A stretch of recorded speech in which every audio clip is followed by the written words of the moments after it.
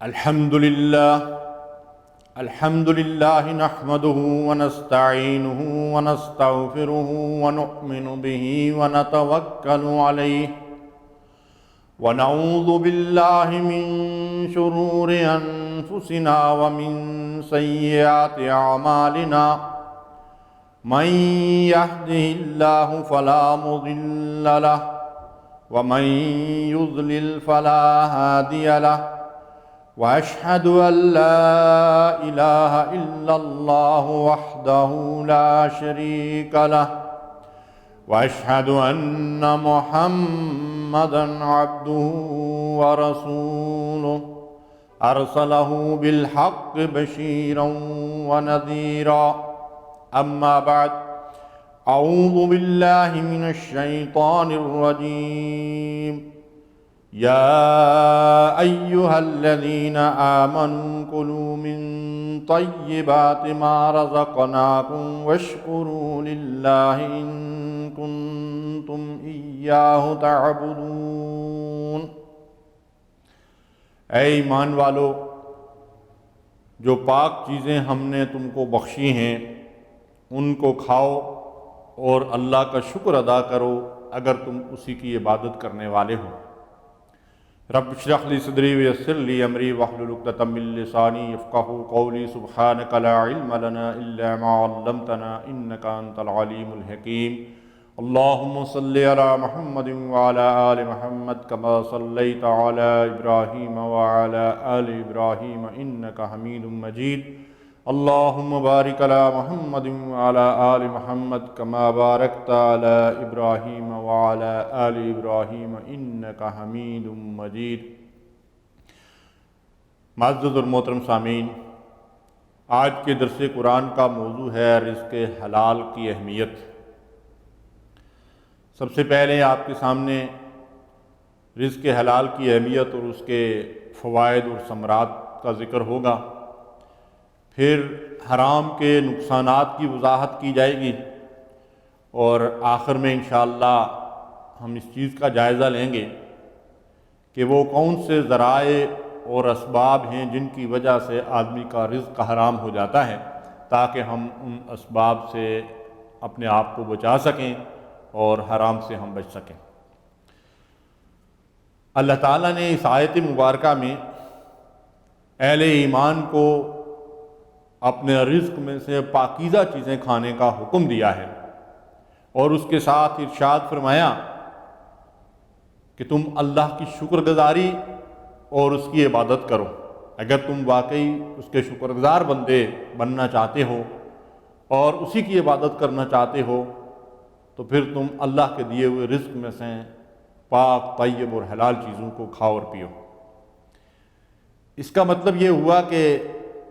رزق حلال اور عبادت کا تعلق انتہائی اہم ہے۔ اس لیے یہ کہنا بالکل بجا ہے کہ رزق حلال عین عبادت ہے، اور ایک ایسی عبادت ہے کہ جس کے اوپر تمام عبادات کی قبولیت کا دارومدار ہے، کہ اگر آدمی کا رزق حلال کا ہوگا تو اس کی ساری عبادات اللہ کے ہاں قبول ہو سکتی ہیں۔ اگر اس کا رزق حرام کا ہے تو اس کی کوئی بھی عبادت اللہ کے ہاں قبول نہیں ہوگی۔ انشاءاللہ آگے اس کی مزید وضاحت آئے گی۔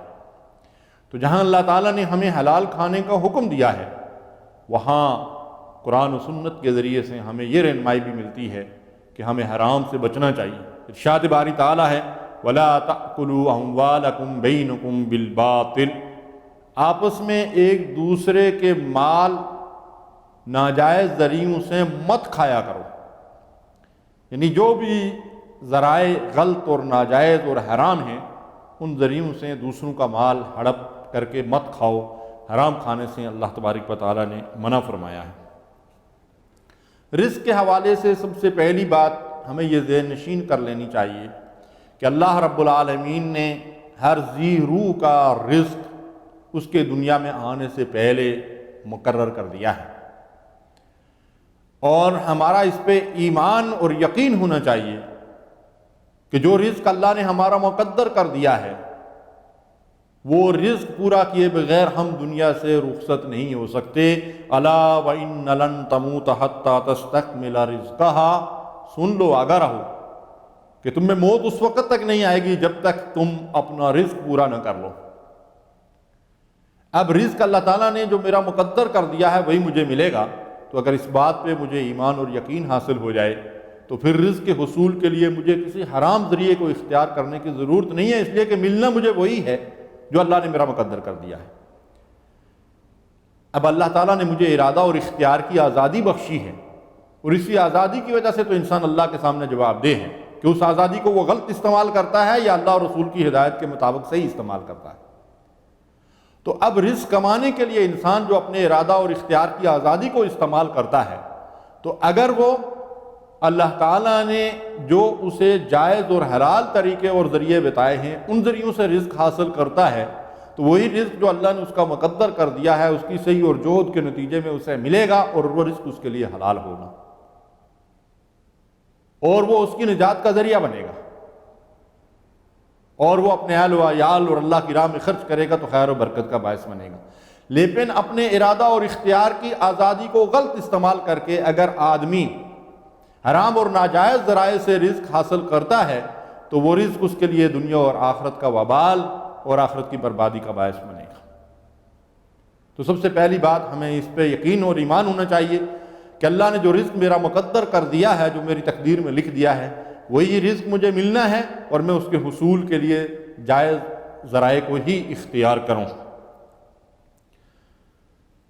اللہ تعالیٰ نے یہ بات بھی قرآن مجید کے اندر واضح کر دی ہے کہ اگر انسان اللہ کا تقوی اختیار کرے، پرہیزگاری اختیار کرے، اللہ اور رسول کا مطیع و فرمانبردار ہو، تو اللہ اس کے رزق میں خیر و برکت ڈال دیتے ہیں۔ وَمَن يَتَّقِ اللَّهَ يَجْعَل لَّهُ مَخْرَجًا وَيَرْزُقْهُ مِنْ حَيْثُ لَا يَحْتَسِبُ، جو اللہ کا تقوی اختیار کرتا ہے اللہ اس کے لیے ہر مشکل اور ہر آزمائش سے نکلنے کا راستہ دیتا ہے، اور اسے رزق وہاں سے بہم پہنچاتا ہے جہاں سے اس کا وہم و گمان بھی نہیں ہوتا۔ تو اللہ تعالیٰ سے ہمیشہ یہ دعا کرتے رہنا چاہیے، جیسا کہ نبی صلی اللہ علیہ وسلم بھی دعا فرمایا کرتے تھے، اللہم اکفنی بحلالک عن حرامک واغننی بفضلک عمن سواک، اے اللہ مجھے حلال ذریعے اور طریقے سے اتنی روزی عطا فرما جو میرے لیے کافی ہو اور حرام کی ضرورت نہ ہو، اور اپنے فضل سے مجھے اپنے سوا سے بے نیاز کر دے۔ ہمیشہ اللہ تعالیٰ سے یہ دعا مانگتے رہنا چاہیے۔ اس کے ساتھ ساتھ ہمیں رزق کے معاملے میں یہ بات بھی ذہن میں رکھنا چاہیے ہمیشہ کہ جو دائمی ابدی لامتناہی ہمیشہ کی زندگی ہے، آخرت کی زندگی، وہاں ہم سے اللہ تعالیٰ نے جو حساب لینا ہے اس میں جیسا کہ نبی صلی اللہ علیہ وسلم نے فرمایا کہ ابن آدم کے قدم اپنی جگہ سے ہل نہیں سکیں گے جب تک وہ اللہ تعالیٰ کے حضور 5 سوالوں کا جواب نہ دے لے۔ تو اس میں سے 2 سوال مال کے بارے میں، ایک یہ کہ مال کو کہاں سے کمایا، کیا ذریعے، کیا طریقے، کون سے راستے اختیار کیے تھے مال کمانے کے لیے، اور دوسرا یہ کہ اس مال کو خرچ کہاں کیا۔ اس لیے مال کے کمانے میں بھی اور اس کے خرچ کرنے میں بھی ہمیں پوری طرح محتاط رہنا چاہیے، اور اللہ اور اس کے رسول کی نافرمانیوں سے بچنا چاہیے تاکہ ہمارا رزق حلال کا ہو، اور پھر وہ حلال کا رزق جائز کاموں کے اوپر جو ہے وہ خرچ ہو۔ رزق حلال کے فوائد و ثمرات بے شمار ہیں، جن میں سے چند ایک کا ذکر آپ کے سامنے کروں گا۔ طبرانی کی روایت ہے، حضرت سعد رضی اللہ تعالیٰ عنہ نے رسول اللہ صلی اللہ علیہ وسلم سے سوال کیا کہ میں کیا کروں کہ مستجاب الدعوات بن جاؤں، یعنی کوئی ایسا طریقہ بتائیے کہ میں اللہ تعالیٰ سے جو دعائیں کروں تو اللہ میری دعاؤں کو قبول فرمائے۔ تو حضور نے ارشاد فرمایا کہ اپنی خوراک پاکیزہ رکھو، تمہاری دعائیں قبول ہوں گی، اور ارشاد فرمایا کہ جو آدمی حرام کا ایک لقمہ کھاتا ہے 40 دن تک اس کا کوئی عمل اللہ تعالیٰ کے ہاں قبول نہیں ہوتا۔ یعنی آپ غور کیجئے اس بات پہ،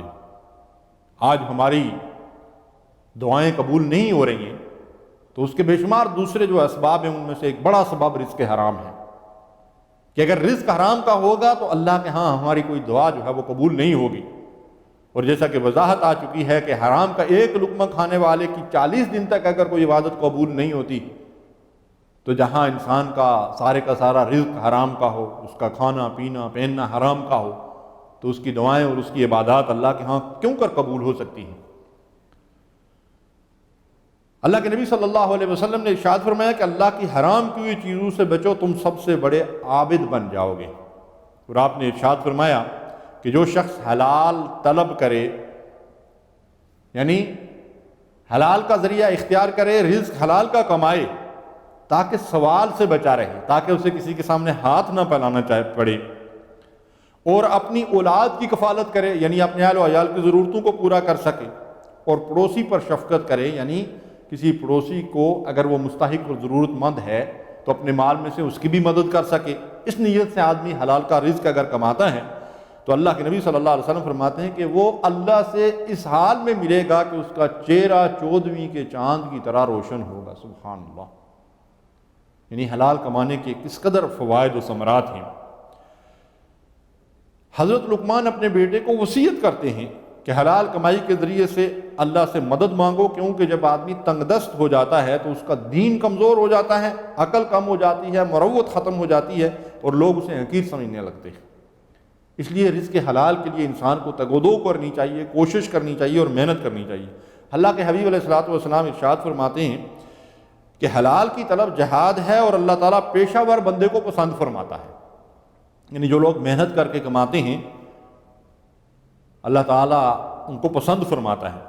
اسی طرح رسول اللہ صلی اللہ علیہ وسلم نے فرمایا کہ سچا دیانتدار تاجر قیامت کے دن انبیاء، صدیقین اور شہداء کے ساتھ اٹھایا جائے گا۔ کتنی بڑی سعادت کی بات ہے، یعنی گویا کہ تجارت ایک عبادت ہے۔ اگر آدمی حلال و حرام میں اللہ اور رسول کی ہدایات کے اوپر عمل کرے اور اپنی تجارت کو پاکیزہ طریقوں کے مطابق چلائے، اور اللہ اور رسول کی نافرمانیوں سے بچے، جھوٹ نہ بولے، کسی کو دھوکہ نہ دے، بے ایمانی نہ کرے، اور مال کے اندر جو ہے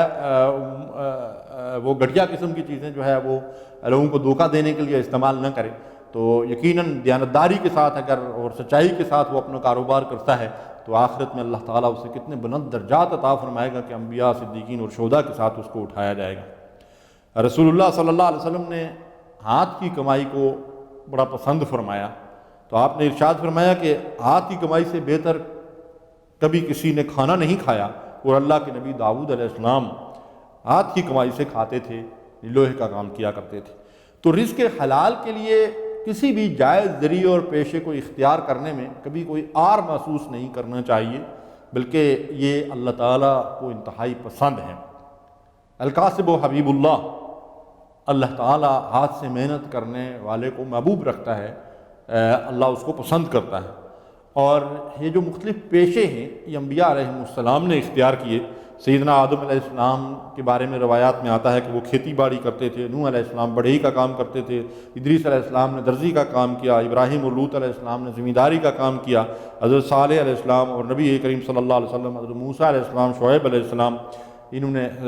تجارت کی، اور بعض انبیاء علیہ السلام نے بکریوں کو چرایا۔ یعنی کسی بھی کام کے اندر جو ہے وہ آر محسوس نہیں کرنا چاہیے، اور اسے یہ نہیں سمجھنا چاہیے کہ یہ پیشہ گھٹیا ہے۔ مثلا ہم لوہے کا کام کرنے والوں کو جو ہے وہ لاہار کہہ کر جو ہے وہ بعض اوقات ان سے حقارت کا جو ہے وہ رویہ اختیار کرتے ہیں، جو انتہائی جو ہے وہ ناپسندیدہ کام ہے۔ لوہے کا کام سیدنا داؤد علیہ السلام جو ہے وہ کرتے تھے، حضرت صہیب رومی رضی اللہ تعالیٰ عنہ، حضرت خباب بن عرت رضی اللہ تعالیٰ عنہ، یہ جلیل القدر صحابہ کرام جن کا اللہ کے ہاں بڑا مرتبہ ہے، اور تاریخ اسلامی کے اندر ان کے بڑے کارنامے ہیں، اور اللہ کے رسول صلی اللہ علیہ وسلم ان سے بڑی محبت کرتے تھے، یہ لوہے کا کام کرنے والے لوگ تھے۔ اس لیے پیشہ ور لوگوں سے محبت کرنا چاہیے، ان سے پیار کرنا چاہیے، اور اگر یہ پیشہ ور لوگ نہ ہوں تو معاشرے کا نظام اور ملکوں کا نظام اور دنیا کا نظام کیسے چلے؟ اس لیے یہ اللہ تعالیٰ کی بڑی نعمت ہے۔ تو رزق حلال کے بے شمار فوائد ہیں، ہمیں چاہیے کہ ہمیشہ حلال کمائیں، حلال کھائیں، اور اپنے اہل و عیال کو حلال کھلائیں، اور حرام سے اپنے آپ کو بچائیں۔ اللہ کے نبی صلی اللہ علیہ وسلم نے ارشاد فرمایا کہ اللہ تعالیٰ نے فرائض کو لازم کیا ہے، انہیں ضائع نہ کرو، حدود مقرر کیے ہیں ان سے تجاوز نہ کرو، اور جن چیزوں کو اس نے حرام ٹھہرایا ہے ان کی بے حرمتی نہ کرو، یعنی حرام چیزوں سے بچو۔ اور فرمایا کہ جن چیزوں کے بارے میں اس نے دانستہ سکوت فرمایا ہے تو یہ سکوت تمہارے لیے باعث رحمت ہے، لہذا ایسے چیزوں کے بارے میں بحث مباحثے میں نہ پڑھو جن کے بارے میں اللہ نے سکوت اختیار فرمایا۔ دیکھیے حلال و حرام بالکل واضح ہے، اور کچھ چیزیں ایسی ہیں جن سے اللہ نے سکوت اختیار کیا ہے، اور ان میں سے کچھ چیزیں ایسی بھی ہیں جو مشتبہ ہیں کہ آدمی ان کے بارے میں جو ہے وہ بعض اوقات تردد کا شکار ہو جاتا ہے کہ معلوم نہیں یہ رزق میرے لیے حلال ہے یا نہیں، تو وہ شبہ والی چیز سے دور رہنا چاہیے۔ اللہ کے رسول صلی اللہ علیہ وسلم کا فرمان ہے، یہ بخاری اور مسلم کی روایت ہے کہ حلال بھی واضح ہے اور حرام بھی واضح ہے، اور دونوں کے درمیان کچھ چیزیں مشتبہ ہیں جن کے بارے میں بعض لوگوں کو معلوم نہیں کہ وہ حلال ہیں یا حرام ہیں۔ جو شخص اپنے دین اور اپنی آبرو کی حفاظت کرنا چاہتا ہے وہ سلامتی میں رہنا چاہتا ہے، اس کے لیے لازم اور ضروری ہے کہ وہ مشتبہ چیزوں کے اندر مبتلا نہ ہو، ورنہ اس کو خطرہ اور خدشہ ہے کہ وہ حرام کے اندر مبتلا ہو جائے گا۔ نبی صلی اللہ علیہ وسلم نے اس کی مثال دی کہ جیسے کوئی شخص اپنے جانور ممنوعہ چراگاہ کے قریب چراتا ہے تو ان کے اس ممنوعہ چراگاہ کے اندر داخل ہونے کا خطرہ رہتا ہے، اور ارشاد فرمایا کہ سنو، ہر بادشاہ کی جو ہے وہ ممنوعہ چراگاہ ہوتی ہے، اور اللہ تعالیٰ کی ممنوعہ چراگاہ اس کی حرام کردہ چیزیں ہیں، اس لیے تم اللہ کی حرام کردہ چیزوں سے بچو، اور ان سے بچنے کا راستہ یہ ہے کہ جس چیز کے اندر شبہ پڑ جائے کہ یہ میرے لیے حلال اور جائز نہیں ہے اس سے بھی اپنے آپ کو بچاؤ، تبھی تم جو ہے وہ حرام سے بچ سکتے ہو۔ سیدنا عمر فاروق رضی اللہ تعالیٰ عنہ کا ایک قول ہے کہ ہمارے دور میں اگر کسی کے پاس 10 درہم یا دینار ہوتے اور ان میں سے ایک کے بارے میں اسے شبہ پڑ جاتا کہ شاید یہ حلال اور جائز نہیں ہے تو وہ باقی 9 سے بھی دستبردار ہو جاتا تھا، ان کو بھی چھوڑ دیتا تھا۔ یعنی یہ تھی صحابہ کرام کی شان حلال و حرام کے معاملے میں۔ اور سیدنا ابو بکر صدیق رضی اللہ تعالیٰ عنہ کا واقعہ ملتا ہے کہ ایک دن ان کے کسی غلام نے ان کو کوئی کھانے کی چیز پیش کی، اور شدت کی بھوک کی وجہ سے انہوں نے اس کے بارے میں معلوم کیے بغیر کہ کہاں سے لایا ہے، انہوں نے اس کو کھا لیا، اور بعد میں غلام نے بتایا کہ میں جاہلیت کے دور میں جو قیافہ شناسی کا کام کرتا تھا یا کاہن کا اس طرح کا کچھ کام کیا کرتا تھا، تو یہ اس کی اجرت تھی جو میرے پاس۔ ابو بکر صدیق رضی اللہ تعالیٰ عنہ کی حالت تبدیل ہو گئی، اور انہوں نے اپنی انگلی جو ہے وہ اپنے حلق کے اندر ڈالی اور جو ہے وہ قے کرنا شروع کر دیا۔ صحابہ فرماتے ہیں کہ ابو بکر کی کیفیت یہ ہو گئی تھی کہ گویا اپنے آپ کو ہلاک کر ڈالیں گے۔ جو کچھ انہوں نے کھایا تھا اس کے ساتھ جو پہلے بھی ان کے معدے کے اندر اگر کوئی چیز تھی تو الٹی کر کر کے انہوں نے اس سب کو جو ہے وہ نکال پھینکا کہ ایک مشتبہ چیز جو ہے وہ میرے معدے کے اندر چلی گئی ہے۔ اس طریقے سے صحابہ کرام جو ہے وہ مشتبہ چیزوں سے بھی اپنے آپ کو بچاتے تھے اور پرہیز کرتے تھے۔ امام مسلم رحمۃ اللہ علیہ نے ابو ہریرہ رضی اللہ تعالیٰ عنہ سے ایک روایت بیان کی ہے کہ اللہ کے نبی صلی اللہ علیہ وسلم نے فرمایا کہ بے شک اللہ پاک ہے اور پاکیزہ چیز ہی کو قبول کرتا ہے، اور بے شک اللہ نے مومنین کو بھی اسی چیز کا حکم دیا ہے جس کا حکم اس نے انبیاء اور رسولوں کو دیا ہے۔ یا ایھا الرسل کلوا من الطیبات واعملوا صالحا انی بما تعملون علیم۔ ارشاد فرمایا کہ اے رسولو، پاکیزہ چیزوں میں سے کھاؤ، نیک عمل کرو، بے شک میں تمہارے اعمال سے پوری طرح باخبر ہوں۔ اور مومنین کو بھی یہی حکم دیا، یا ایھا الذین آمنوا کلوا من طیبات ما رزقناکم، کہ جو کچھ میں نے تمہیں رزق کے طور پر دیا ہے اس میں سے طیبات پاکیزہ رزق کو جو ہے وہ کھاؤ۔ پھر اللہ کے نبی صلی اللہ علیہ وسلم نے ایک آدمی کی مثال بیان فرمائی، ارشاد فرمایا جس نے لمبا سفر کیا، اس کے بال پراگندہ ہیں، چہرہ غبار آلودہ ہے، اپنے دونوں ہاتھ آسمان کی طرف اٹھاتا ہے اور یا رب یا رب پکارتا ہے۔ اللہ کے رسول صلی اللہ علیہ وسلم فرماتے ہیں اس کا کھانا حرام کا، اس کا پینا حرام کا، اس کا لباس حرام کا، اس کی پرورش رزق حرام سے ہوئی ہے، پس ایسے شخص کی دعا کیوں کر قبول ہو سکتی ہے؟ اب دیکھیے، غور کیجیے، اللہ کے نبی صلی اللہ علیہ وسلم نے جو نشانیاں بیان کی ہیں اس شخص کی کہ اس کا چہرہ غبار آلودہ ہے اور وہ طویل سفر کر کے آیا ہے، اس کیفیت میں اللہ تبارک و تعالیٰ دعاؤں کو قبول فرماتے ہیں، مسافر کی دعا قبول ہوتی ہے۔ لیکن ایک ایسا شخص اگر کسی مقدس مقام پہ بھی جا کر، مثلا یہ ہے کہ اس نے رزق حرام کا کمایا ہوا ہے اور کھایا ہوا ہے، اور وہ بیت اللہ میں جا کر لبیک لبیک پکارتا ہے، اللہ کو بلاتا ہے، حج کرتا ہے، عمرہ کرتا ہے، احرام پہن کر اس کے بعد لبیک لبیک پکارتا ہے، تو حدیث میں آتا ہے کہ اللہ تعالیٰ کی طرف سے اسے یہ جواب ملتا ہے کہ نہ تو حاضر ہے اور نہ تیری حاضری اللہ سے ہاں مقبول ہے، اس لیے کہ تیرا رزق حرام کا ہے۔ تو اس کا مطلب یہ ہوا کہ جو بات میں نے آپ کے سامنے شروع میں عرض کی کہ اگر ہمارا رزق حلال کا نہیں ہوگا تو ہماری کوئی بھی عبادت اللہ تعالیٰ کے ہاں قبولیت کا شرف حاصل نہیں کر سکتی۔ ہمارا رزق حرام کا ہوگا تو ہماری ساری عبادات جو ہے وہ رائے گاں چلی جائیں گی۔ اس لیے بھائیوں اور بزرگوں، محترم سامعین، ہمیں چاہیے کہ اپنی زندگی میں رزق حرام سے بچیں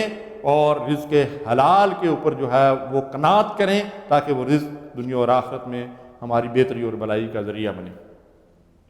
نبی صلی اللہ علیہ وسلم نے ارشاد فرمایا کہ جتنا رزق اللہ نے تمہارے لیے مقدر کر دیا اس پر راضی رہو، تم سب سے زیادہ غنی بن جاؤ گے، اور اللہ کی حرام کردہ چیزوں سے بچو تو تم بڑے عابد بن جاؤ گے۔ ترمذی کی یہ روایت ہے۔ ابن عمر رضی اللہ تعالی عنہ فرماتے ہیں کہ اگر نمازیں پڑھتے پڑھتے تم کمان کی طرح جھک جاؤ، یعنی انسان بہت عبادت گزار ہو، تہجد گزار ہو، نوافل ادا کرتا ہو، اور اس کی کمر جو ہے وہ کمان کی طرح جھک گئی ہو نمازیں پڑھ پڑھ کے، اور روزے رکھتے رکھتے دبلے ہو جاؤ، تو اللہ تمہارے اعمال قبول نہ کرے گا جب تک تم حرام سے نہ بچو گے۔ یعنی آدمی حرام سے نہیں بچ رہا ہے، اس کو رزق کے معاملے میں اس بات کی پرواہ نہیں ہے کہ اس کا رزق حرام کا ہے یا حلال کا ہے، تو انہیں باتوں کا کوئی فائدہ نہیں، یہ باتیں اللہ کے ہاں رائے گاں چلی جائیں گی۔ دیکھیے یہ مال جو انسان اس دنیا کے اندر اکٹھا کرتا ہے اور بڑے پاپڑ اس کے لیے بیلتا ہے، بڑی محنت کرتا ہے، بڑی کوششیں کرتا ہے، اپنے آپ کو داؤ پہ لگا لیتا ہے اور دن رات بھاگ دوڑ کرتا ہے اس کے لیے، اگر وہ حلال و حرام کی تمیز نہیں کرتا ہے اور رزق حرام جمع کر کے اس نے جائیدادیں بنا لی، کوٹھیاں بنا لی، کاریں خرید لی اور بے حد و حساب جو ہے وہ اپنی عیاشیوں کے سامان جمع کر لیے، تو اس کو سوچنا چاہیے کہ یہ دنیا کی چند روزہ زندگی تو ایک دن ختم ہونے والی ہے، دائمی ابدی لامتناہی ہمیشہ کی زندگی تو آخرت کی زندگی ہے، اور اس آخرت کی زندگی میں جب اس مال کی وجہ سے، حرام کمائی کی وجہ سے وہ جہنم کا ایندھن بنے گا تو یہ مال اس کے کسی کام آئے گا؟ اللہ تعالیٰ قرآن مجید میں ارشاد فرماتے ہیں یقول اہلکت مالا لبدا، کہ یہ بدبخت انسان یہ کہتا ہے کہ میں نے ڈھیروں مال کمایا اور اڑایا، یعنی یہ انسان یہ کہتا ہے کہ میں نے دنیا کے اندر بڑی عیاشیاں کی، بڑے مزے کیے اور بہت مال کمایا اور حاصل کیا، لیکن اسے یہ سوچنا چاہیے کہ وما یغنی عنہ مالہ اذا تردی، جب وہ جہنم کا ایندھن بنے گا اور اس جہنم کے گڑھے میں گرے گا تو اس کا مال اس کے کسی کام نہ آئے گا، یہ مال اسے نہیں بچا سکے گا۔ ما اغنی عنی مالیہ، اس وقت حسرت اور افسوس سے یہ انسان کہے گا کہ میرا مال میرے کسی کام نہ آیا۔ ہلک عنی سلطانیہ، وہ اقتدار، وہ منصب، وہ عہدہ، وہ بادشاہت، وہ وزارت عظمیٰ اور صدارت کا منصب جس کو میں نے دوڑ دوڑ کر حاصل کیا تھا، ہلک عنی سلطانیہ، آج وہ سلطنت، وہ قوت قاہرہ میرے ہاتھوں میں باقی نہیں رہی جس کے ذریعے سے میں لوگوں کے اوپر ظلم کرتا تھا اور ناانصافیاں کرتا تھا اور ناحق لوگوں کے مالوں کے اوپر، جائیدادوں کے اوپر قبضہ کرتا تھا، آج وہ سب کچھ جو ہے میرا ساتھ چھوڑ گیا ہے۔ اور پھر اس وقت کیا ہوگا؟ خذوہ فغلوہ، اللہ فرشتوں کو حکم دے گا کہ پکڑو اس کو، فغلوہ، اور اس کو جکڑ دو، ثم الجحیم صلوہ، اور پھر سے جہنم کا ایندھن بنانے کے لیے جہنم کے اندر جھونک دو، ثم فی سلسلۃ ذرعھا 70 ذراعا فاسلکوہ، 70 ہاتھ لمبی زنجیر کے اندر اس کو خوب اچھی طرح جکڑ کر جہنم میں ڈالو کہ جہاں یہ دائیں بائیں آگے پیچھے کہیں ہل نہ سکے اور جا نہ سکے۔ بتائیے کتنا بدترین انجام ہے اس شخص کا جو اس دنیا کے اندر عہدے اور منصب کی خاطر اور حرام مال کی خاطر جو ہے وہ اللہ اور رسول کی نافرمانیاں کرتا ہے اور دنیا کا مال جمع کرتا ہے، وہاں نہ عہدہ اور منصب اس کے کسی کام آئے گا اور نہ دنیا کے خزانے اس کے کسی کام آئیں گے۔ وَلَا تَزِرُ وَازِرَةٌ وِزْرَ أُخْرَىٰ، آج جن کی خاطر ہم حلال و حرام کی تمیز بھول چکے ہیں وہ ہمارا بوجھ اس دن ہلکا نہیں کر سکیں گے، ہمارے کسی کام نہیں آ سکیں گے۔ ہر انسان اپنی کمائی کا ذمہ دار خود ہوگا۔ اس لیے میرے بھائیوں، میرے بزرگوں، میرے عزیزوں، میری بہنوں، ہمیں چاہیے کہ حلال کا رزق کمائیں اور حلال کھائیں۔ گھر کی خواتین اپنے خامدوں کو، اپنے گھر والوں کو اس کا پابند کریں کہ ہم روکھی سوکھی کھا لیں گی، ہم تھوڑے کے اوپر گزارا کر لیں گی، لیکن یہ ہے کہ ہمیں رزق حلال کا چاہیے۔ بہت سارے گھرانے ایسے ہوتے ہیں، بہت سارے لوگ ایسے ہوتے ہیں جو گھر کی خواتین اور بچوں کی فرمائشوں کی وجہ سے حرام کمائی کے اندر داخل ہوتے ہیں اور پھر حرام کے ذریعے سے مزے اڑاتے ہیں، لیکن دنیا میں بھی بعض اوقات ان پہ کوئی گرفت آ جاتی ہے، کوئی پکڑ آ جاتی ہے، تو پھر ان کو وہ وقت یاد آتا ہے کہ کاش ہم ان عیاشیوں کے بجائے حلال کے اوپر قناعت اختیار کرتے، لیکن انہیں یہ بات جان لینا چاہیے کہ آخرت کا حساب تو ابھی باقی ہے۔ ہمیں چاہیے ہر حال میں رزق حلال کے اوپر قناعت کریں۔ اللہ کے نبی صلی اللہ علیہ وسلم ارشاد فرماتے ہیں، مسلم کی یہ روایت ہے کہ جو شخص جھوٹی قسمیں کھا کر اپنا مال فروخت کرتا ہے، قیامت کے دن اللہ تعالیٰ نہ اس کے اوپر نظر رحمت کرے گا اور نہ اسے گناہوں سے پاکیزہ کرے گا اور اس کو عذاب علیم دیا جائے گا۔ مسلم شریف کی یہ روایت ہے۔ اللہ کے رسول صلی اللہ علیہ وسلم نے ارشاد فرمایا، قیامت کے دن وہ شخص بدترین حال میں آئے گا جس نے دوسروں کی دنیا بنانے کی خاطر اپنی آخرت برباد کر ڈالی ہوگی۔ وہ لوگ جو اپنے بیوی بچوں کی خاطر، جو دوسروں کی دنیا بنانے کے لیے، ان کو زیادہ سے زیادہ عیاشیاں کرانے کے لیے اور ان کی ناجائز اور بیجا فرمائشوں کو پورا کرنے کے لیے حرام میں منہ مارتے ہیں، وہ دوسروں کی دنیا بنانے کی خاطر اپنی آخرت برباد کرنے والے ہیں، اور یہ لوگ آخرت میں بدترین حالت میں ہوں گے۔ اللہ کے نبی صلی اللہ علیہ وسلم نے فرمایا، یؤتی برجل یوم القیامہ فیقال اکل عیالہ حسناتہ کما قال صلی اللہ علیہ وسلم۔ قیامت کے دن ایک شخص کو لایا جائے گا اللہ کی بارگاہ میں اور اس کے بارے میں کہا جائے گا کہ یہ وہ شخص ہے جس کی ساری نیکیاں اس کے اہل و عیال کھا گئے، یعنی اس بیچارے کے پاس اللہ کی اطاعت و فرمانبرداری کے لیے، رزق حلال کمانے کے لیے کوئی وقت نہیں تھا، اس کے نزدیک رزق حلال کی کوئی اہمیت نہیں تھی، اس کے اہل و عیال اس سے بیجا اور ناجائز فرمائشیں کرتے تھے اور ان کی فرمائشیں پوری کرنے کے لیے یہ دن اور رات حرام میں منہ مارتا تھا، تو اس کی ساری نیکیاں انہوں نے ہڑپ کر لی، لیکن آج ان گناہوں کا وبال سارا اسے اپنے سر پہ اٹھانا پڑے گا۔ اس کی حرام کمائی کی وجہ سے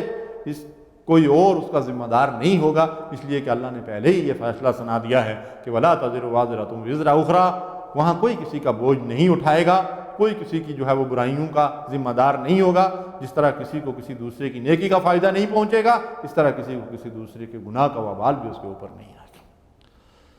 اللہ کے نبی صلی اللہ علیہ وسلم نے ایک موقع پہ صحابہ سے یہ سوال کیا کہ جانتے ہو مفلس کون ہے؟ تو صحابہ نے عرض کیا، یا رسول اللہ صلی اللہ علیہ وسلم، جس شخص کے پاس درہم و دینار دنیا کا مال و متاع ہو وہ مفلس ہے۔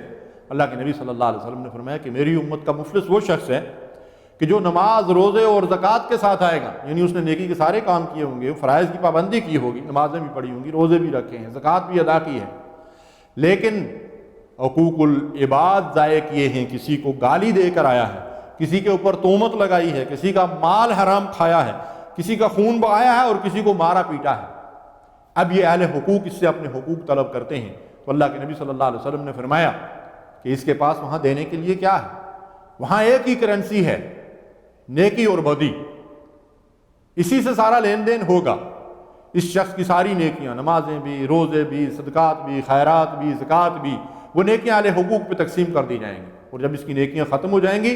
اور لوگوں کے حقوق ابھی باقی ہیں، پھر ان کے گناہ اس کے اوپر لاد دیے جائیں گے اور پھر حکم ہوگا کہ اسے گھسیٹ اور جہنم میں ڈال دو۔ اللہ کے نبی صلی اللہ علیہ وسلم نے فرمایا کہ میری امت کا مفلس تو یہ شخص ہے۔ معزز اور محترم سامعین، بالخصوص مال والوں، حکومت والوں اور عہدے اور منصب والوں، ذرا اپنی حالت پہ غور کرو۔ اگر دوسروں کے اوپر ظلم اور زیادتیاں کی ہیں، دوسروں کے حقوق پامال کیے ہیں، حرام کا مال بٹورا ہے، کسی کا حق مارا ہے، تو دنیا کے مالداروں آخرت کے مفلس بن جاؤ گے اور وہاں بڑی ذلت اور رسوائی کے ساتھ تمہیں گھسیٹ کر جہنم میں ڈال دیا جائے گا۔ اس انجام بد سے اپنے آپ کو بچاؤ اور دنیا کے چند روزہ فائدوں کی خاطر، خواہشات نفس کی خاطر، شیطان کو خوش کرنے کے لیے حرام میں منہ نہ مارو، حلال کماؤ، حلال کھاؤ اور اپنے بیوی بچوں کو حلال کھلاؤ۔ امام بیہقی سے یہ روایت منقول ہے، اللہ تعالیٰ نے جس طرح تمہارے درمیان رزق تقسیم کیا ہے، اسی طرح اس نے اخلاق بھی تقسیم کیے ہیں۔ اللہ دنیا کا مال و متاع تو جس سے محبت کرتا ہے اس کو بھی دیتا ہے، جس کو پسند نہیں کرتا اس کو بھی دیتا ہے، مگر دین یعنی فہم دین صرف اس کو دیتا ہے جس کو وہ پسند کرتا ہے۔ پس جس کو اللہ نے دین دیا وہ اس سے محبت کرتا ہے، اس کے بعد اللہ کے رسول صلی اللہ علیہ وسلم نے ارشاد فرمایا جو بندہ حرام کمائی میں سے خرچ کرتا ہے اس میں برکت نہیں ہوتی، صدقہ کرتا ہے اللہ اس کو قبول نہیں فرماتا، حرام مال ترکے میں چھوڑتا ہے تو یہ اس کے لیے جہنم کا زاد راہ بنے گا۔ کتنی شدید وعید ہے اس حدیث مبارکہ میں، اور کتنی خوشخبریاں بھی کہ اللہ تعالیٰ نے جس طرح رزق تقسیم کیا اس طرح اخلاق بھی تقسیم کیے ہیں، اور اللہ تعالیٰ جس کو دین کا فہم دے دیتا ہے وہ اس کو پسند کرتا ہے۔ رزق کے معاملے میں اللہ کی پسند اور ناپسند کا معاملہ دنیا میں نہیں ہے۔ اللہ کے باغی اور نافرمان دنیا میں فراوانی کے ساتھ ان کو رزق مل رہا ہے، اس لیے کہ ان کے لیے صرف دنیا ہی دنیا ہے، اور وہ اس کے لیے بھاگ دوڑ اور محنت اور کوشش کرتے ہیں، تو اللہ ناانصافی تو نہیں کرتا نا، ان کی بھاگ دوڑ اور محنت اور کوشش کے مطابق اللہ تبارک و تعالیٰ انہیں دنیا دے رہا، لیکن آخرت میں ان کا کوئی حصہ نہیں ہوگا، آخرت میں وہ جہنم کا ایندھن بنیں گے۔ تو اللہ کے پسندیدہ بندوں میں اگر ہم شامل ہونا چاہتے ہیں تو ہم دین کا فہم حاصل کریں، دین کا علم حاصل کریں، اور جس طرح دنیا کے رزق کے لیے باغے باغے پھرتے ہیں، اس طرح اللہ کی بھیجی ہوئی کتاب ہدایت رسول اللہ صلی اللہ علیہ وسلم کے ارشادات ان کو پڑھیں، سیکھیں، سمجھیں، اور اللہ کے پسندیدہ اور اس اللہ کے محبوب بندوں میں شامل ہو جائیں۔ تو اللہ تعالیٰ نے رزق بھی تقسیم کیا، اخلاق بھی تقسیم کیے، اور اللہ بہترین اخلاق والوں کو اور علم والوں کو اور دین والوں کو پسند کرتا ہے۔ اور اس کے بعد فرمایا کہ حرام کمانے والا اگر اللہ کی راہ میں خرچ کرتا ہے تو اللہ اس کو قبول نہیں کرتا، اہل و عیال پہ خرچ کرتا ہے تو اللہ تبارک و تعالیٰ اس کے اندر برکت نہیں دیتا، اور اگر پیچھے چھوڑ کر جائے گا تو وہ جہنم کا زاد راہ اس کے لیے بنے گا۔ نبی صلی اللہ علیہ وسلم نے فرمایا جس شخص کو اس بات کی پرواہ نہ ہو کہ اس کا مال کس ذریعے سے آ رہا ہے، یعنی حلال ہے یا حرام ہے، اللہ کو اس کی پرواہ نہیں کہ وہ جہنم کے کس دروازے سے داخل ہوتا ہے۔ یعنی اگر ہمیں اس بات کی پرواہ نہیں ہے کہ رزق حرام کا ہے یا حلال ہے، تو اللہ تعالیٰ کو اس بات کی پرواہ نہیں ہوگی کہ ہم جہنم کے کس دروازے سے اس میں داخل ہوتے ہیں۔ نبی صلی اللہ علیہ وسلم نے فرمایا کہ بیت المقدس میں ہر روز صبح و شام ایک فرشتہ اعلان کرتا ہے کہ حرام کھانے والے کا کوئی فرض یا نفل قبول نہیں ہوتا۔ اور نبی صلی اللہ علیہ وسلم نے فرمایا کہ لوگوں پر ایک وقت ایسا آئے گا کہ آدمی کو اس بات کی پرواہ نہیں ہوگی کہ اس کا رزق حلال کا ہے یا حرام کا ہے۔ یہ بخاری کی روایت ہے۔ تو رزق حلال کی اہمیت اور اس کے فوائد اور حرام کے نقصانات، ان میں سے چند چیزوں کا میں نے آپ کے سامنے ذکر کیا ہے۔ اب ہم یہ دیکھتے ہیں کہ حرام کی انواع و اقسام کیا ہیں، وہ ذرائع اور وہ اسباب کیا ہیں جن کی وجہ سے رزق حرام ہو جاتا ہے۔ یعنی کچھ چیزیں تو ایسی ہیں کہ جن کو اللہ تعالیٰ نے حرام قرار دیا ہے، اور دین کا ایک بنیادی اصول یہ ہے کہ اگر اللہ تعالیٰ نے کسی چیز کو حرام قرار دیا ہو تو اس کی خرید فروخت اور اس سے فائدہ اٹھانا وہ بھی حرام ہے۔ مثلا خنزیر ہے، مردار ہے، شراب ہے، بتوں اور مورتیوں کا کاروبار ہے، تو یہ ساری چیزیں اللہ نے ان کو حرام قرار دیا ہے، تو ان کو خرید فروخت اور ان سے فائدہ اٹھانا بھی حرام ہے۔ یہ تو ایک واضح اصول ہے دین کے اندر۔ لیکن اس کے علاوہ حرام کے حوالے سے اللہ تعالیٰ نے یہ بات بھی قرآن کے اندر ارشاد فرمائی ہے کہ وما اہل بہ لغیر اللہ، اللہ کے علاوہ کسی کے نام سے اگر کوئی جانور ذبح کیا جائے، اللہ کے علاوہ کسی اور کی طرف اس کو منسوب کر دیا جائے، یا ذبح کرتے وقت اللہ کا نام نہ لیا جائے تو وہ بھی حرام ہو جاتا ہے۔ اسی طرح وما ذبح علی النصب، جو کسی استھان پہ، ایسی جگہ پہ جہاں غیر اللہ کے نام پہ جانور ذبح کیے جاتے ہوں، خواہ وہ کوئی بت ہو، خواہ وہ کوئی مورتی ہو، خواہ وہ کوئی پتھر ہو، یا خواہ کوئی ایسا مقام ہو جہاں اللہ کے علاوہ کسی اور کے نام پہ جانور ذبح کیے جاتے ہیں تو وہ بھی حرام ہے۔ جو لوگ جانوروں کو مزاروں اور قبروں کے اوپر لے جا کر ان بزرگوں کے نام پر جو ہے وہ وقف کر کے رکھتے ہیں اور وہاں جا کر ذبح کرتے ہیں، وہ بھی حرام ہے، اور ان کا گوشت کھانا بھی حرام اور ناجائز ہے، اس لیے کہ اللہ تبارک و تعالیٰ نے قرآن کی نص کے ذریعے سے اس کو حرام قرار دیا ہے۔ اسی طرح سے جو چیزیں حرام کا ذریعہ بنتی ہیں ان کے ذریعے سے مال کمانا بھی اللہ اور اس کے رسول نے حرام قرار دیا ہے۔ مثلا اگر زنا کو حرام قرار دیا ہے تو زنا کے طرف لے جانے والے جتنے ذرائع اور اسباب ہیں، مثلا عریانی اور فحاشی اور بے حیائی پھیلانے والے اشتہارات ہوں، لٹریچر ہوں، یا اس کے لیے پرنٹ میڈیا کے ذریعے سے، یا یہ ہے کہ الیکٹرانک میڈیا کے ذریعے سے جو اشتہار بازی ان ذریعوں سے کی جاتی ہے، اور وہ انسان کے اندر جو ہے وہ شہوت پیدا کرنے کا ذریعہ بنتے ہیں، یا یہ ہے کہ وہ فحاشی عریانی اور بے حیائی کو پھیلانے کا ذریعہ بنتے ہیں، تو ان ذریعوں سے جو رزق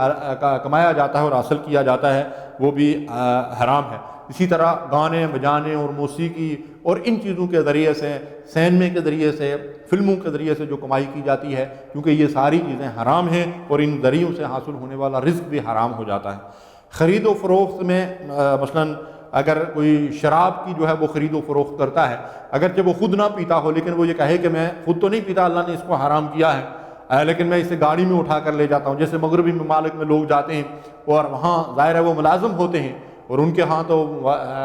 حلال و حرام کا سرے سے سوال ہی نہیں ہے، اور خاص کر شراب اور خنزیر وغیرہ کا. تو وہ ان حرام چیزوں کی نقل و حمل کا اگر کام کرتے ہیں تو اللہ اور اللہ کے رسول نے اس سے سختی سے منع فرمایا ہے. مثلا نبی صلی اللہ علیہ وسلم نے فرمایا کہ شراب کے معاملے میں 10 قسم کے لوگوں پہ اللہ تعالیٰ نے لعنت کی ہے. شراب پر، پینے والے پر، پلانے والے پر،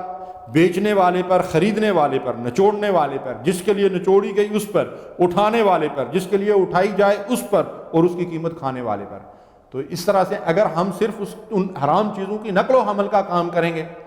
تو پھر وہ بھی ہمارے لیے حلال جو ہے وہ نہیں ہے، اور وہ حرام ذریعہ ہو جائے گا. اس حرام ذریعے سے ہم رزق کمائیں گے، اللہ اور رسول کی نافرمانی کریں گے، اور وہ رزق ہمارے لیے جو ہے وہ حرام ہو جائے گا. پھر اللہ کے نبی صلی اللہ علیہ وسلم نے فرمایا کہ میری امت کا ایک گروہ شراب کا نام بدل کر اس کو اپنے لیے حلال کر لے گا اور اس کی خرید و فروخت کرے گا. ہمارے ملک میں جو اللہ کے نام پہ حاصل کیا گیا ہے، وہاں پہ حکمرانوں نے بعض لوگوں کو جو ہے پرمٹ اور لائسنس جو ہے وہ جاری کر رکھے ہیں کہ وہ شراب بنا سکتے ہیں. ظاہر ہے جب وہ بناتے ہیں تو پھر اس کو فروخت بھی کرتے ہیں. تو یہ پرمٹ جاری کرنے والے اور اس کو بنانے والے اور اس کے اندر کسی بھی لحاظ سے حصہ دار بننے والے، ان سب کا جو ہے وہ رزق جو ہے وہ حرام کا ہے، اور وہ حرام خور ہیں، وہ حرام کھاتے ہیں. تو اس سے آپ اندازہ لگائیے کہ یہ کتنا بڑا وبال ہے جس کے اندر جو ہے وہ لوگ شریک ہیں. بعض علماء کرام نے سگریٹ کی کمائی کو بھی حرام قرار دیا ہے. سگریٹ کے معاملے میں اصل میں علماء کے درمیان اختلاف پایا جاتا ہے. تمباکو نوشی کے بارے میں بعض علماء کی رائے یہ ہے کہ یہ مکروہ تحریمی ہے، اور مکروہ تحریمی کی اصطلاح جن علماء اور فقہاء نے استعمال کی ہے، ان کے نزدیک مکروہ تحریمی وہ ہے جو حرام کے بالکل قریب ہے. یعنی صرف مکروہ نہیں ہے بلکہ اس کی جو ہے وہ مکروہ کی شدت اس قدر ہے کہ وہ حرام کے بالکل قریب ہے. اس لیے ہمیں اس سے بھی بچنا چاہیے. لیکن بعض علماء کی سگریٹ کے بارے میں رائے یہ ہے، اور اس پر ان کے پاس بہت سارے دلائل موجود ہیں، ظاہر ہے اس وقت یہ میرا موضوع نہیں ہے، تو وہ یہ کہتے ہیں کہ سگریٹ بالکل حرام ہے. تو ظاہر ہے کہ اگر سگریٹ حرام ہے تو پھر اس کی کمائی بھی حرام ہے، اس کی خرید و فروخت سے بھی پرہیز کرنا چاہیے. یہی وجہ ہے کہ بہت سارے کاروباری لوگ ایسے ہیں کہ جو اپنی دکانوں پر سگریٹ فروخت نہیں کرتے. تو ہمیں چاہیے کہ اگر یہ حرام نہیں ہے تو کم از کم مشتبہ تو ہو گیا، اس لیے ہمیں اس سے بھی جو ہے وہ بچنا چاہیے اور اس کی خرید فروخت جو ہے وہ نہیں کرنا چاہیے. اسی طرح حرام میں جو ہے وہ جوا کھیلنا، خواہ وہ لاٹری کے ذریعے سے ہو، تاش اور چوسر کے ذریعے سے ہو، یا کسی کھیل کے اوپر ہم ہار جیت کے اوپر جب وہ بازی لگا دیں، تو جس چیز کے اندر بھی جو ہے وہ جوا شامل ہو جائے تو وہ کمائی کا ذریعہ جو ہے وہ حرام بن جاتا ہے، اور اس سے ہمیں پرہیز کرنا چاہیے. اسی طریقے سے سود جو ہے اس کی حرمت بڑی شدید ہے، اور قرآن مجید میں اللہ تبارک و تعالیٰ نے اس کے لیے بڑی شدید وعید سنائی ہے. اور حجۃ الوداع کے موقع پر اللہ کے نبی صلی اللہ علیہ وسلم نے سود کی حرمت کا اعلان فرمایا، اور اس دن اعلان فرمایا کہ میں آج کے دن سود کے تمام معاملات کو اپنے پاؤں تلے روند رہا ہوں اور سود کو حرام قرار دیتا ہوں. اور قرآن مجید کی نص صریح سے سود کو حرام قرار دیا گیا ہے.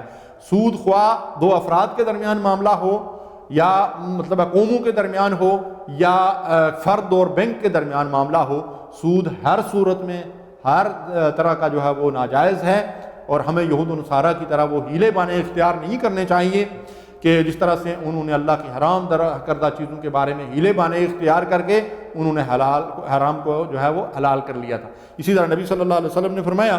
کہ آخر وقت میں کچھ لوگ ایسے ہوں گے کہ جو سود کا نام بدل کر جو ہے اس کو دوسرے طریقوں سے اور دوسرے ذریعوں سے اپنے لیے حلال کر لیں گے. لیکن ظاہر ہے جو چیز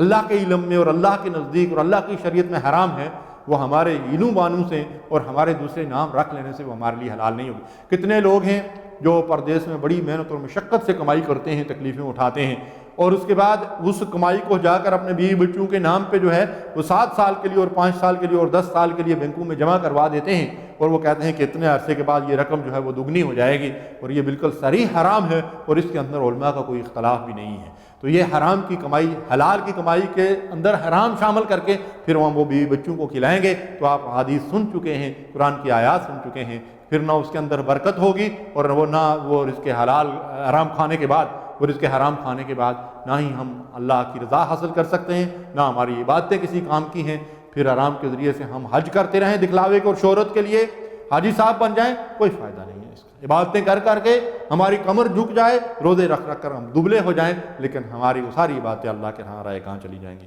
سود بدترین حرام ہے، اور ہمیں چاہیے کہ سود سے اپنے آپ کو بچائیں۔ اور یہ سود ایک ایسی لعنت ہے کہ جس کے اندر پوری قوم مبتلا ہے، اور ہمارے حکمران اپنا پورا معاشی نظام سود کی بنیاد پہ چلا رہے ہیں۔ جو قرضے ہم بیرونی ممالک سے حاصل کرتے ہیں اس پر ہم سود ادا کرتے ہیں۔ تو اس کا مطلب یہ ہوا کہ بھائی اور بہنوں، جو کچھ ہم کھاتے پیتے ہیں، جو کچھ ہم پہنتے ہیں، اس پر ہم سود ادا کرتے ہیں۔ اس لیے کہ جس ملک کے اندر ہم رہتے ہیں، اس ملک کے اندر آنے والی ہر چیز کے اوپر جو ہے کسی نہ کسی انداز میں سود ادا کیا جاتا ہے، اگرچہ میں خود اس کے اندر ملوث نہیں ہوں، لیکن یہ سودی معاشی نظام ایک بہت بڑا وبال ہے، اور پھر اس کی گرد سے میں کسی طرح بھی محفوظ نہیں۔ اس سے بچنے کا واحد راستہ یہ ہے کہ ہم اپنے ملک کے اندر ایسی حکومت قائم کریں جو حکومت سود کو حرام سمجھتی ہو، اور اس کی شدید حرمت کے باعث اس سود سے ہم اپنے آپ کو بچا سکیں، اور ملک کے اندر ایک ایسا معاشی نظام لائیں جو غیر سودی جو ہے وہ طریقہ تجارت کے اوپر مبنی ہو، جیسا کہ اللہ اور اس کے رسول نے ہمیں ہدایات دی ہیں۔ جب ہمارا اس پہ ایمان اور یقین ہوگا کہ یہ سود ہماری تباہی اور بربادی کا ایک بہت بڑا ثواب ہے، اس لعنت سے ہمیں اپنے آپ کو بچانا چاہیے، تبھی ہم اس سے بچ سکتے ہیں۔ میں ایک دفعہ مسجد سے نماز پڑھ کے باہر نکلا تو ایک صاحب نے میرے ساتھ ملاقات کی۔ اس مسجد میں درس قرآن دیا کرتا تھا، تو انہوں نے مجھے بتایا کہ آپ نے یہاں ہمیں سود کے بارے میں بتایا کہ یہ حرام ہے۔ تو میں سودی کاروبار کرتا تھا، اور سود پر پیسہ لے کر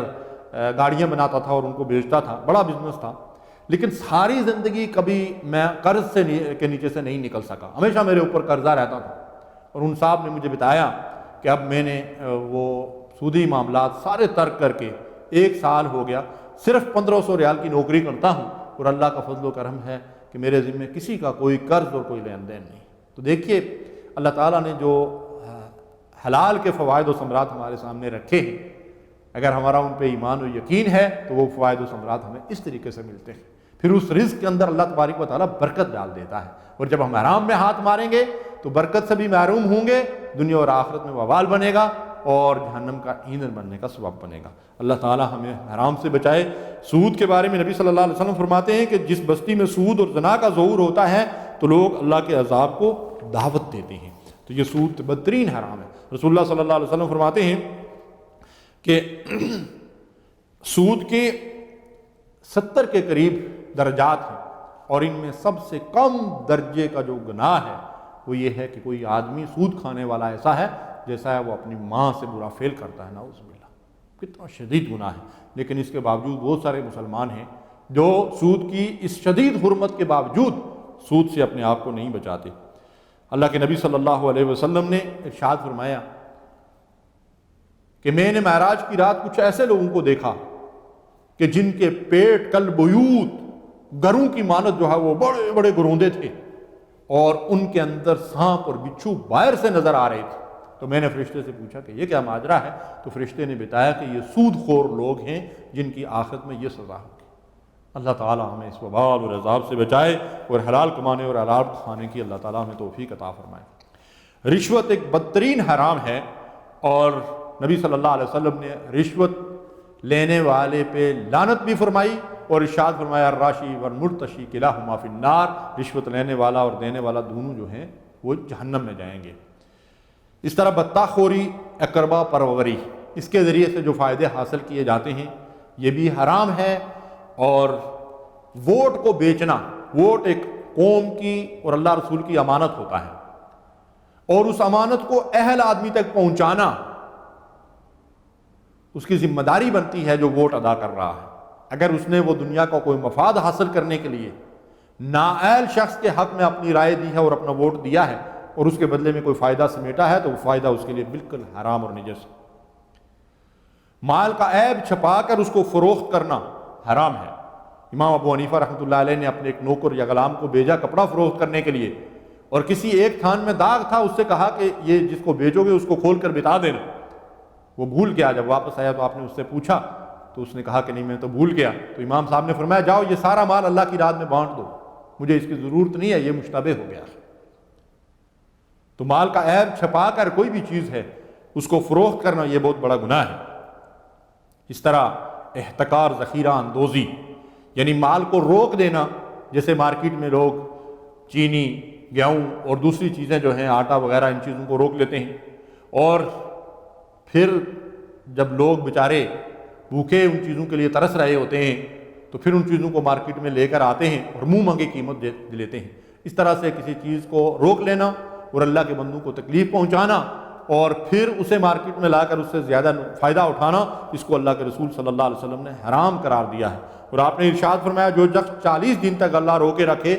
اگر وہ سارے مال کو صدقہ کر دے تو اس کے گناہ کا کفارہ نہیں ہو سکتا۔ اور ارشاد فرمایا ذخیرہ کرنے والا ملعون ہے، یعنی جو مال کو یا خوراک کو اس لیے روک کر رکھتا ہے کہ اس کو جمع کر کے رکھے اور بعد میں زیادہ فائدہ اٹھائے اور اللہ کے بندے اس کے ضرورت اور مستحق ہوں، تو ایسے ذخیرہ اندوز پہ اللہ کے نبی صلی اللہ علیہ وسلم نے لعنت فرمائی ہے۔ اللہ کے رسول صلی اللہ علیہ وسلم نے ایک موقع پہ ارشاد فرمایا کہ اللہ تعالیٰ سے پوری طرح شرماتے رہو۔ صحابہ نے فرمایا کہ ہم اللہ تعالیٰ سے پوری طرح ہی شرماتے ہیں، تو آپ نے فرمایا کہ اللہ تعالیٰ سے پوری طرح شرمانا یہ ہے کہ اپنے سر اور سر میں آنے والے خیالات کی پوری نگرانی کرو، پیٹ کے اندر جانے والی غذا کی پوری طرح دیکھ بھال کرو، اور موت کے نتیجہ میں گل سڑ جانے اور فنا ہونے کو یاد رکھو۔ جو شخص آخرت کا طالب ہوتا ہے وہ دنیا کی زینت اور آرائش کو ترک کر دیتا ہے اور ہر موقع پر آخرت کو ترجیح دیتا ہے، بس جو شخص ایسا کرتا ہے وہی اللہ تعالیٰ سے پوری طرح شرمانے والا ہے۔ تو ہم بھی یہ کہتے ہیں کہ ہم اللہ تعالیٰ سے پوری طرح شرماتے ہیں، لیکن اللہ تعالیٰ سے پوری طرح شرمانے والے کی جو صفت اللہ کے نبی صلی اللہ علیہ وسلم نے بیان فرمائی وہ یہ ہے کہ وہ بندہ اپنے رزق جو اس کے حلق سے نیچے جاتا ہے اس لقمے کا وہ نگران ہوتا ہے، نگہبان ہوتا ہے، اس کا محافظ ہوتا ہے، وہ اس کو دیکھتا ہے کہ کہیں حرام ذریعے سے تو نہیں آیا، جیسا کہ حضرت عمر فاروق اور حضرت ابوبکر صدیق رضی اللہ عنہما کے واقعات میں آپ کے سامنے عرض کر چکا ہوں۔ اسی طرح کام چوری کرنا جو ہے اس کے ذریعے سے بھی رزق حرام ہو جاتا ہے۔ مثلا ایک آدمی کہیں ملازمت کرتا ہے، کام کرتا ہے، نوکر ہے، تو وہ کام چوری کرتا ہے اور وقت صحیح طرح سے نہیں لگاتا، دیانتداری سے کام نہیں کرتا، تو اس کا مال حرام کا ہو جاتا ہے۔ ایک صاحب تھے، انہوں نے ایک دفعہ مجھے بتایا، جمعہ کا دن تھا تو اکثر ان کا اوور ٹائم ہوتا تھا، ایک کمپنی میں کام کرتے تھے، تو میں نے کہا آج آپ کا اوور ٹائم نہیں ہے، آپ ادھر گھوم پھر رہے ہیں؟ تو کہنے لگے جی کہ وہ فورمین سے اصل میں میری گپ شپ ہے اور سلام دعا ہے، تو میں اپنی حاضری لگوا کے آ گیا ہوں تو بس میرا اوور ٹائم لگ جاتا ہے۔ تو اس طریقے سے بھی لوگ مال کماتے ہیں، کام چوری کرتے ہیں، کام پوری طرح سے نہیں کرتے اور پھر جو اس کے ذریعے سے ان کو رزق ملتا ہے تو ظاہر ہے کہ یہ چوری کا ہے، یہ بددیانتی کا ہے، یہ حرام کا مال ہے۔ اور اسی طرح سے جو لوگ دفاتر وغیرہ میں کام کرتے ہیں، سرکاری دفاتر میں تو اب یہ صورتحال ہے کہ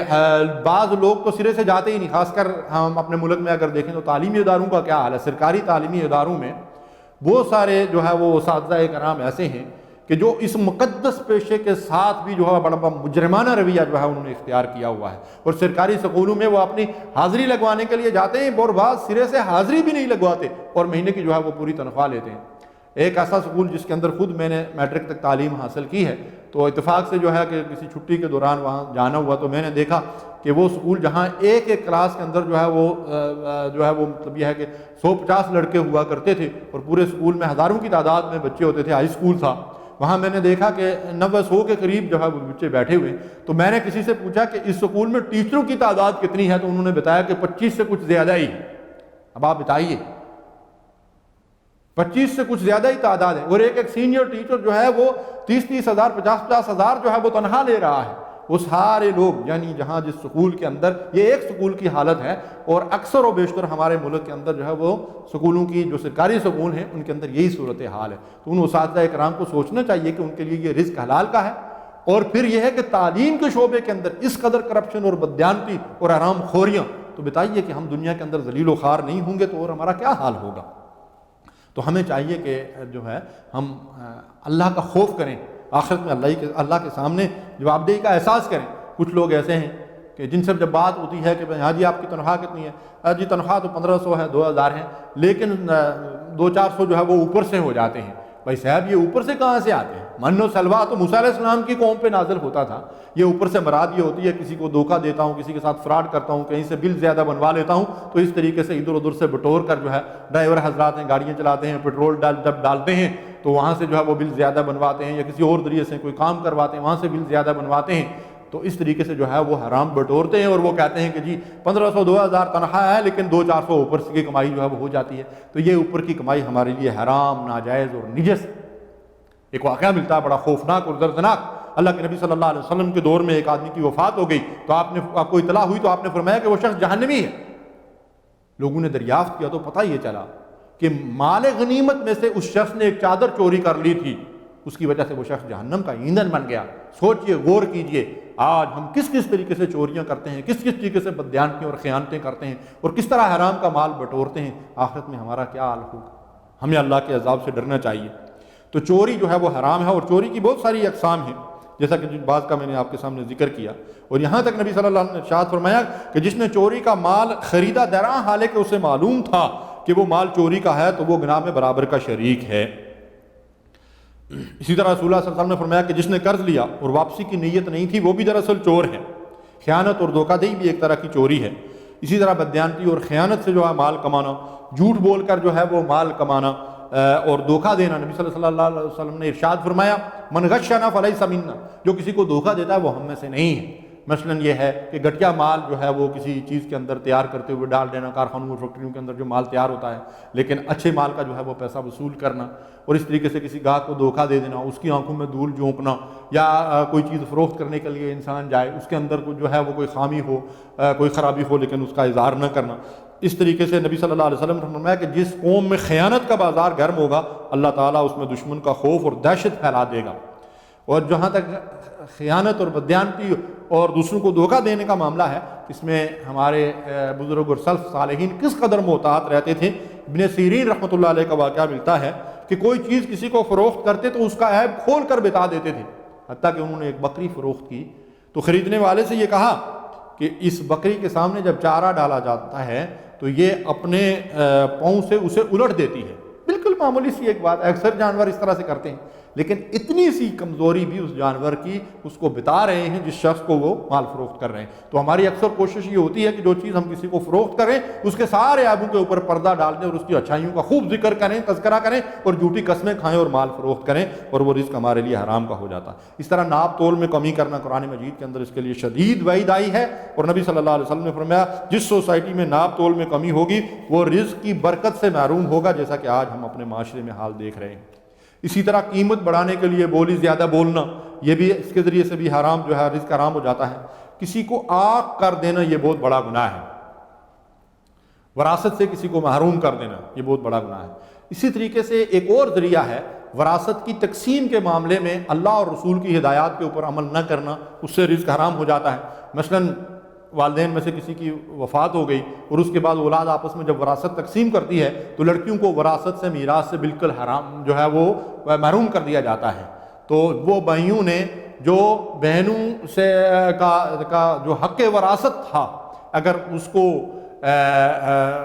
حق ان کو ادا نہیں کیا اور اس کے اوپر خود قبضہ جما لیا تو جو بھی جائیداد ہوگی، مال ہوگا، وہ ان کے لیے قطعاً حلال نہیں ہے، اور وہ خود بھی حرام کے مرتکب ہوں گے اور اپنی اولادوں کو بھی حرام کھلائیں گے۔ اس طرح سے بعض پیشے ایسے ہیں جن کی کمائی جو ہے وہ حرام کی ہے، مثلاً مساج سینٹر اور ایسے بیوٹی پارلر ہیں جہاں خواتین سے مردوں کی خدمت کا جو ہے وہ کام لیا جاتا ہے، اور وہاں پہ غلط کام جو ہے وہ کیے جاتے ہیں۔ مثلاً یہ ہے کہ مصنوعی بال جو ہے وہ لگانا منع ہے، تو ان کا کام اگر کیا جاتا ہے، خوبصورتی کے لیے دانتوں کو باریک کیا جاتا ہے، بہوں کو باریک کیا جاتا ہے، اور اسی طرح ایسا باربر کا پیشہ کہ جس میں لوگوں کی داڑیاں مونڈی جاتی ہیں، تو اس ذریعے سے جو رزق جو ہے وہ کمایا جاتا ہے وہ یقیناً حلال اور جائز نہیں ہے۔ جب داڑھی مونڈنا حرام ہے تو اس ذریعے سے اگر رزق کمایا جائے تو وہ حلال کیسے ہو سکتا ہے؟ اسی طرح سے تصاویر اور مجسمے وغیرہ جو ہیں ان کی خرید فروخت جو ہے وہ ممنوع ہے، اور بغیر ضرورت کے کتے پالنا اور ان کو فروخت کرنا، ان کے ذریعے سے جو ہے وہ رزق کمانا۔ اس طرح کعبہ گری کا پیشہ ہے جس کو اللہ اور رسول نے حرام قرار دیا ہے۔ اس طرح جو لوگ